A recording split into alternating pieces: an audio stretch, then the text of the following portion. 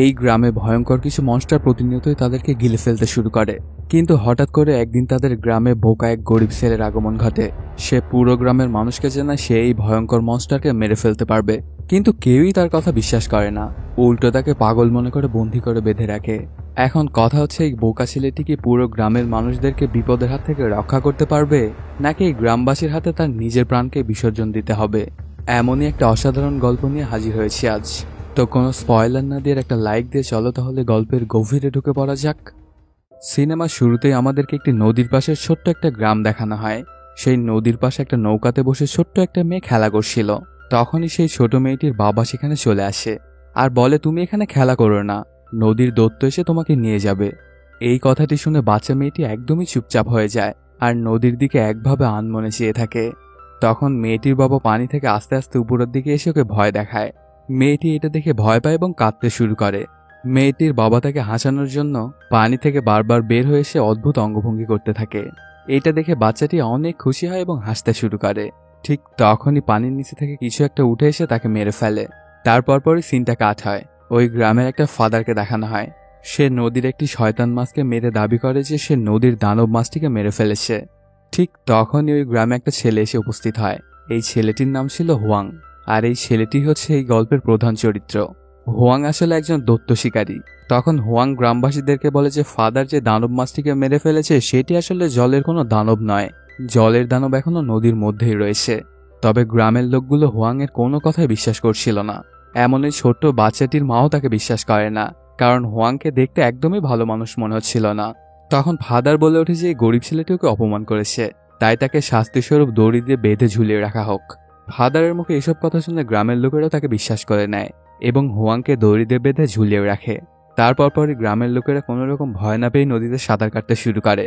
ঠিক তখনই হুয়াংয়ের চোখ পড়ে সেই জলের দৈত্যটার ওপর। হুয়াং দেখতে পায় সেই জলের দৈত্যটি গোসল করতে থাকা মানুষের দিকে এগিয়ে আসছিল। তখন সে চিৎকার করে সবাইকে বলতে শুরু করে, কিন্তু কেউই তার কোনো কথাই শুনছিল না। আর তখনই সেই জলের দৈত্যটা সাঁতার কাটতে থাকা মানুষদের উপর আক্রমণ করে। সেখানে থাকা অনেক লোকদেরই সে গিলে ফেলতে শুরু করে। আর যারা সেই জলের দৈত্যটির হাত থেকে বেঁচে যায় তারাই সে লুকিয়ে পড়ে।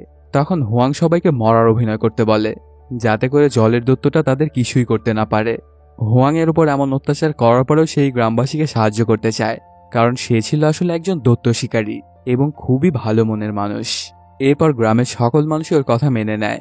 তার পরপরই দেখা যায় সেই ছোট্ট বাচ্চা মেয়েটি দৌড়ে দৌড়ে তার মায়ের কাছে আসছিল, কিন্তু জলের দৈত্যটি তার জিহ্বা দিয়ে বাচ্চাটিকে ধরে নেয়। তখন বাচ্চা মেয়েটির মা এবং গ্রামবাসী তাকে বাঁচানোর অনেক চেষ্টা করে, কিন্তু সেই দৈত্যটি বাচ্চাটিকে গিলে ফেলে। আর সাথে সাথে সেই বাচ্চাটিকে বাঁচানোর জন্য তার মা নদীর পানিতে ঝাঁপ দিয়ে দেয়। তখন সেই শয়তান দৈত্যটি সেই বাচ্চাটির মাকেও গিলে ফেলে। এরপর সেই শয়তান দৈত্যটি আরেকটা বাচ্চাকে মারার চেষ্টা করে। তখন হুয়াং সেই বাচ্চাটিকে বাঁচিয়ে নেয়। তারপর গ্রামের কিছু লোক এবং একটি মোটা মেয়ে মিলে দৈত্যটিকে জলের উপর আনতে সক্ষম হয়। এর পরপরই সেই জলের দৈত্যটি মানুষের রূপ ধারণ করে। তখন হুয়াং সেই জলের দৈত্যটিকে সামলানোর জন্য বৌদ্ধদেবের মন্ত্র পাঠ করতে শুরু করে। জলের দৈত্যটিকে বৌদ্ধদেবের এই মন্ত্রটিও কন্ট্রোল করতে পারে না। সে হুয়াংকে অনেক মারধর করতে শুরু করে। ঠিক তখনই সেখানে আরেকটা মেয়ে চলে আসে। এই মেয়েটির নাম ছিল টুয়াং। এই মেয়েটি আসলে হুয়াংয়ের মতোই একজন দৈত্য শিকারী। মেয়েটি কারো ওপরই কোনো রকম মায়াই দেখাতো না, সে সবাইকে বন্দি করে ফেলত। তখন টুয়াং সেই দৈত্যটিকে প্রচণ্ড মারধর করে এবং তার জাদুর শক্তিতে তাকে বন্দিও করে ফেলে। আর টুয়াংকে এমন কাজ করতে দেখে গ্রামের সবাই মিলে তাকে অনেক ধন্যবাদ জানায়। তারপর টুয়াং হুয়াংকে জিজ্ঞাসা করে যে তুমি কে। তখন টুয়াং তার পরিচয় দেয়। সে বলে, আমিও একজন দৈত্য শিকারী। এরপরে হুয়াং টুয়াংকে সেই বৌদ্ধদেবের মন্ত্রটি দেখায়। সেটি দেখে টুয়াং হাসতে শুরু করে। এরপরে টুয়াং হুয়াংকে দুটি আজব রকমের দেখতে চুড়ি দেখায়। এটা দেখেই হুয়াং তার সিনিয়রের কাছে চলে আসে এবং জলে সেই শয়তান দৈত্যটির কথা তাকে জানায়। কিন্তু তার সিনিয়র আগে থেকেই সবকিছুই জানতো। সিনিয়র হুয়াংকে জানায় একসময় সে জলের দৈত্যটি খুব ভালো লোক ছিল। একদিন সে একটা নদীতে ডুবে যাওয়া বাচ্চাকে বাঁচিয়ে নিয়েছিল, কিন্তু গ্রামের লোকেরা ভেবে নেয় যে বাচ্চাটিকে হয়তো দৈত্যটা খেতে এসেছে। এজন্য গ্রামের লোকেরা রাগের বশবর্তী হয়ে সেই দৈত্যটিকে মেরে ফেলে আর সেই মৃতদেহটিকে আবারও সেই নদীতেই ফেলে দেয়। এরপর থেকে সেই দৈত্যটি একটা খারাপ দৈত্যে রূপান্তরিত হয়ে গেছে। তখন হুয়াং তার সিনিয়রকে জিজ্ঞেস করে যে বৌদ্ধদেবের মন্ত্র কি আসলেই শক্তিশালী। তখন সিনিয়র বলে এটি আসলেই শক্তিশালী, কারণ এটি কোনো খারাপ মনের দৈত্যকে ভালো মনের দৈত্যে পরিণত করতে পারে। তখন হুয়াং বলে যে বাকি দৈত্য শিকারীদের মতো আমিও দৈত্যদেরকে মারতে চাই, কিন্তু তার সিনিয়র তাকে একদমই নিষেধ করে এই কাজ করার জন্য। আর বলে যে দৈত্যদেরকে মেরে ফেলা কোনো সমাধান হতে পারে না, কারণ দৈত্যদেরকে শান্ত করা বা কন্ট্রোল করার জন্য বুদ্ধদেবের সেই মন্ত্রগুলোই যথেষ্ট।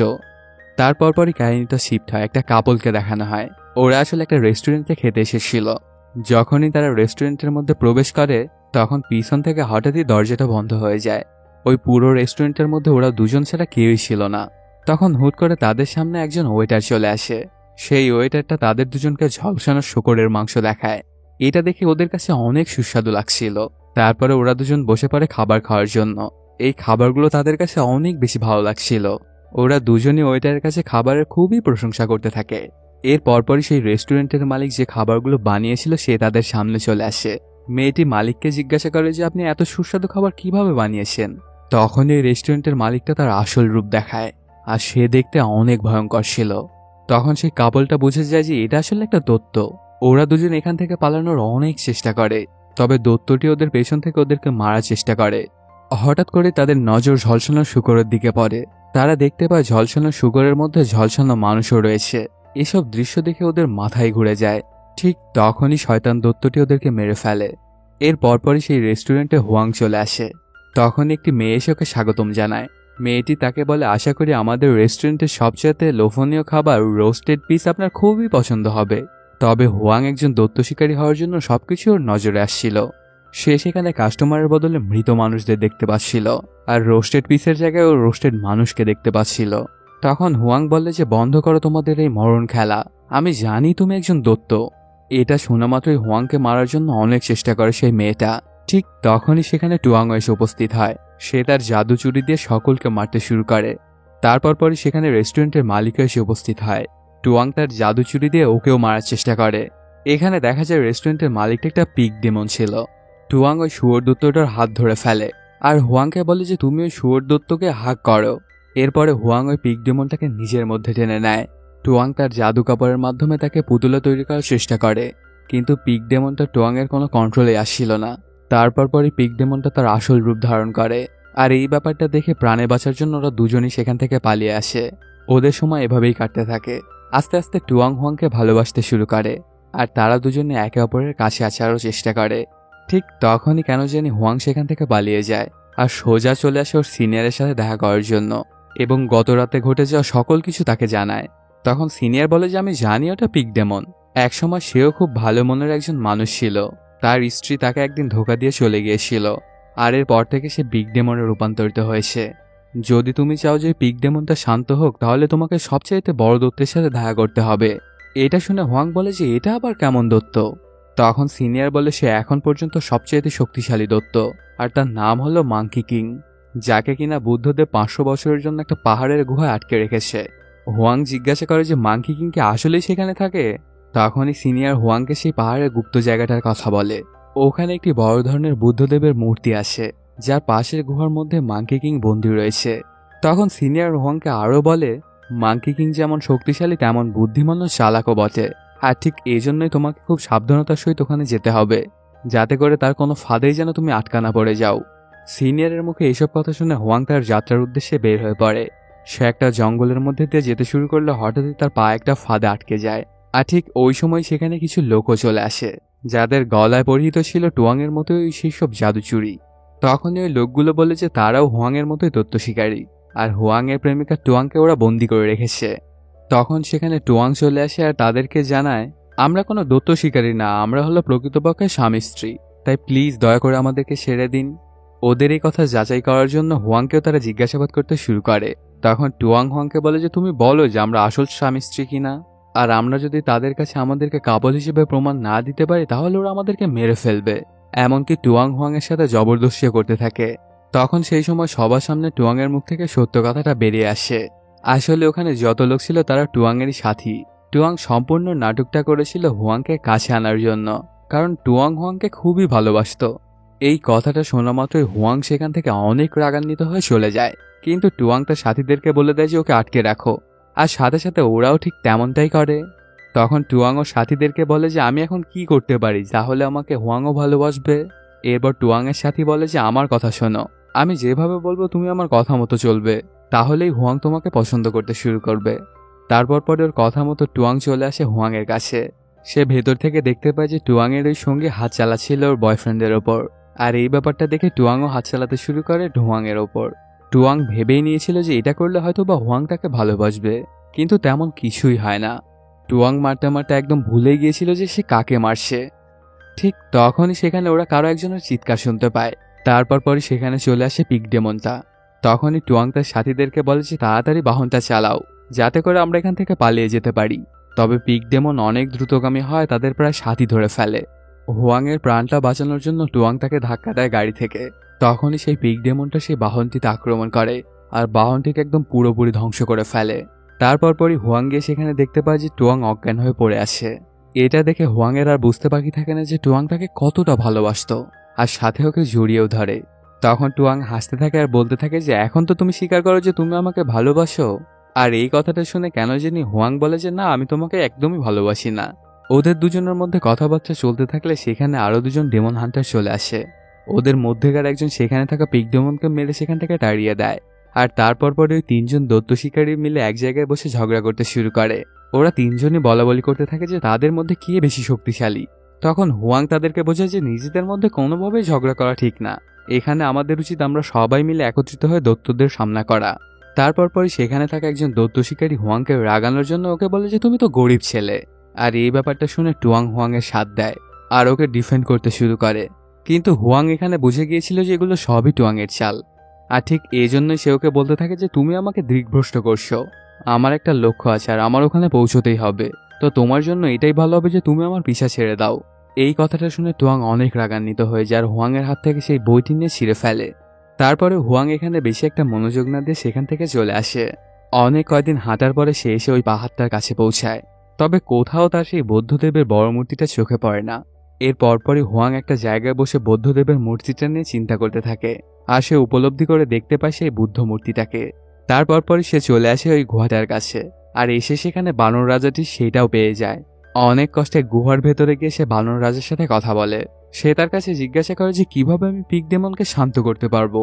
তখন বানর রাজা বলে যে তুমি কোনো সুন্দরী মেয়ের সাহায্য নিয়ে পিগ ডেমনকে এখানে ডেকে নাও, তারপরে আমি পিগ ডেমনকে শান্ত করে দেব। ওরা দুজনে কথাবার্তা বলতে থাকলেই সেখানে টুয়াং এসে উপস্থিত হয়। ওকে দেখেই হুয়াং জিজ্ঞাসা করে যে তুমি এখানে কি করছো। এটা শুনে টুয়াং বলে যে তুমি আমাকে বেশি প্রশ্ন জিজ্ঞেস করো না, আর আমি এটা খুব ভালোভাবেই জানি যে এ সময় তোমার একজন খুব সুন্দরী মেয়ের প্রয়োজন, তো আমি তোমাকে সাহায্য করব। আর অন্য কোনো উপায় না থাকায় হুয়াংও তার থেকে সাহায্য নিতে রাজি হয়ে যায়। তখন টুয়াং ওদের সাহায্যে পিগ ডেমনকে সেখানে নিয়ে আসে। সেখানে এসে ওই পিগ ডেমনটা ওদের দুজনকে মারার চেষ্টা করতে থাকে। তখন মাঙ্কি কিং ওই গুহার ভেতর থেকে আওয়াজ করে পিগ ডেমনটাকে ডেকে নেয়। হুয়াং আর টুয়াং যখন সেই গুহার মধ্যে ঢুকে তখন দেখতে পায় যে পিগ ডেমনটা একটা ছোট্ট শুকুরশালায় পরিণত হয়ে গেছে। আর সাথে সাথেই টুয়াং তার জাদু কাপড়টা দিয়ে ওকে একটা পিগ দলে পরিণত করে।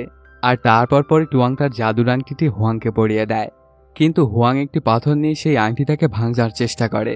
এটা দেখে টুয়াং এর মনে অনেক কষ্ট লাগে আর সে হুয়াং এর হাত থেকে সেই আংটিটা খুলে নেয় এবং সেই বৌদ্ধদেবের বইটিকে সে হুয়াংকে দিয়ে দেয় আর বলে যে আমি বই ভালোভাবে পড়তে পারি না, আর এই বইটি জোড়া লাগাতে আমার 3 দিন সময় লেগে গেছে। আর যদি এখন পর্যন্ত আমার কোনো কথা তোমার কাছে খারাপ লাগে তাহলে আমাকে ক্ষমা করে দিও। এটা বলেই সেখান থেকে টুয়াং চলে যায়। তারপরই মাঙ্কি কিং হুয়াংকে বলতে শুরু করে আমি অনেক দিন ধরেই চাঁদের আলো দেখতে পাই না। সাথে ওকে এটাও জিজ্ঞাসা করে যে আজকে কি পূর্ণিমার রাত। তখন হুয়াং বলে যে হ্যাঁ, আজকেই পূর্ণিমার রাত। এটা শুনে বানর রাজা বলে যে আমি চাঁদকে কখনোই দেখতে পাই না, কারণ এই ফুলের গাছগুলো আমার গুহাটাকে সবসময় ঢেকে রাখে। তো তুমি যদি এগুলো একটু পরিষ্কার করে দিতে তাহলে আমি একটু ভালোভাবে দেখতে পারতাম চাঁদটাকে। এটা শোনার সাথে সাথে হুয়াং সেই ফুল গাছগুলোকে উপড়ে ফেলে। এর ফলে ওখানে যত ফুলগুলো ছিল সবগুলোই জ্বলে যায়। আসলে ফুলের গাছগুলো এতদিন মাঙ্কি কিংকে এখানে আটকে রেখেছিল, কিন্তু হুয়াং মাঙ্কি কিং এর ফাঁদে পড়ে ফুল গাছগুলো ছেড়ে ফেলেছে। আর ঠিক এই জন্যই বানর রাজা বৌদ্ধদেবের গুহা থেকে স্বাধীন হয়ে যায় এবং সে তার আসল রূপে ফিরে আসে। মাঙ্কি কিং বাইরে এসেই বলে এখন আমি পুরোপুরি স্বাধীন, আর ওই বুদ্ধদেবটা এখন আমার আর কিছুই করতে পারবে না। তখন হুয়াং বলে যে তুমি ভুল বলছো, বুদ্ধদেব এখনো রয়েছে আর সে অন্যায় শাস্তি নিশ্চয়ই দেবে। এটা বলেই সে সাথে সাথে সেখানে ধ্যানে মগ্ন হয়। এটাতে অনেক রাগান্বিত হয়ে যায় মাঙ্কি কিং আর ওর মাথায় থাকা সকল চুল ছুঁড়ে ফেলে। সাথে বলতে থাকে এই বুদ্ধদেব সম্পূর্ণ মিথ্যে, আর তোমার বুদ্ধদেব সম্পর্কে যে চিন্তাটা রয়েছে সেটাও মিথ্যে, কারণ সে এসে এখন তোমাকে কোনোভাবেই বাঁচাতে সক্ষম হবে না। ঠিক তখনই সেখানে চলে আসে ওই 3 জন দৈত্য শিকারী আর মাঙ্কি কিংকে মারার চেষ্টা করতে থাকে। তবে মাঙ্কি কিং নিজেই অনেক বেশি শক্তিশালী ছিল এর জন্য ওরা তিনজনে মিলে ওর সাথে কোনোভাবেই পেরে উঠছিল না, আর সাথে সাথে মাঙ্কি কিং ওদের তিনজনকেই মেরে ফেলে। এর পরপরই সে হুয়াংকেও মারার চেষ্টা করে, আর ঠিক তখনই সেখানে টুয়াং এসে আবার উপস্থিত হয়। তবে মাঙ্কি কিং প্রচণ্ড শক্তিশালী হয়, সে টুয়াংকেও মেরে ফেলে। আর এই ব্যাপারটায় হুয়াংয়ের তার পুরোনো দিনের স্মৃতিগুলো মনে পড়ে যায়, আর বলতে থাকে টুয়াং আসলেই আমাকে অনেক বেশি ভালোবাসতো, সে আমার জন্য জীবনও দিয়ে দিল। হুয়াং টুয়াংকে হারিয়ে খুবই কষ্ট পেয়ে যায়, আর ঠিক এই কারণে সে অনেক কান্না করছিল। তখনই মাঙ্কি কিং টুয়াংয়ের মৃতদেহকে ছুঁড়ে ফেলে তাকে ভ্যানিশ করে দেয়, আর এদিকে আবারও ধ্যানে বসে যায় হুয়াং। এর পরপরই সেখানে স্বয়ং বৌদ্ধদেব চলে আসে, আর তার শক্তি ব্যবহার করে মাঙ্কি কিংকে মানুষে রূপান্তরিত করে দেয়। এর পরপরই দেখা যায় Huang, pig demon, monkey king এবং ওয়াটার ডেমন মিলে নতুন করে যাত্রা শুরু করেছে। আর এই অসাধারণ দৃশ্যটার মধ্যে দিয়ে গল্পটা এখানেই শেষ হয়ে যায়। তো বন্ধুরা, কেমন লাগলো আজকের এই এক্সপ্লেনটি জানাতে কমেন্ট করো। আর যদি এখনও চ্যানেলটি সাবস্ক্রাইব না করে থাকো তাড়াতাড়ি সাবস্ক্রাইব করে নাও। দেখা হচ্ছে নতুন কোনো ভিডিওতে। Till then, সায়োনারা।